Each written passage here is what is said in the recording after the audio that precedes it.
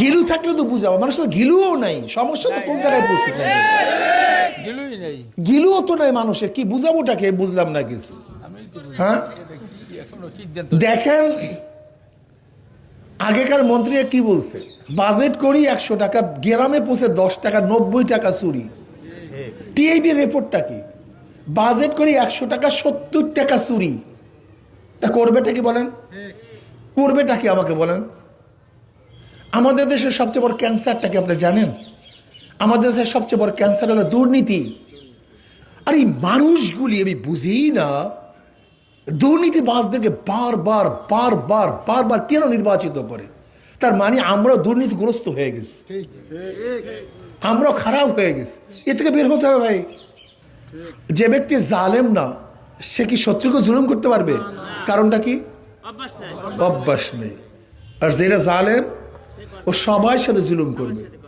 ধরে নেন আল্লাহ যদি আমাকে নির্বাচিত করে, ধরে নেন আমাকে আল্লাহকে নির্বাচিত করে, আচ্ছা আমি কি কোনো গরিবের টাকা আত্মসাৎ করতে পারবো? পারবো না কেন? কথা কয় না, কি নাই? অভ্যাস নাই তো, পারবো কিভাবে? অভ্যাস নাই তো, এই অভ্যাস নাই। আচ্ছা বলেন তো, আমাকে আল্লাহ যদি নির্বাচিত করে, আমি কারোর সাথে জুলুম করতে পারবো? মিথ্যা মামলা দিতে পারবো? কেন পারবো না? কেন? অভ্যাস নেই। আর যাদেরকে আপনি নির্বাচিত করেন ওদের অভ্যাসই জুলুম, ওর জন্মটাই কয়লা। যার জন্ম কয়লা তাকে যতই আপনি ধৌত করেন না কেন, যত ধুইবেন কালুই বের হবে, সেখান থেকে আপনি পরিষ্কার কোনোদিন হবে না। আসুন একটা বারের জন্য আমাকে পরীক্ষা করেন। কয়টা বারের জন্য? 2 বার দরকার নেই, একবার। একটা বার হাত পাকে পরীক্ষা করুন, লাঞ্ছিত হবেন না, অপমানিত হবেন না।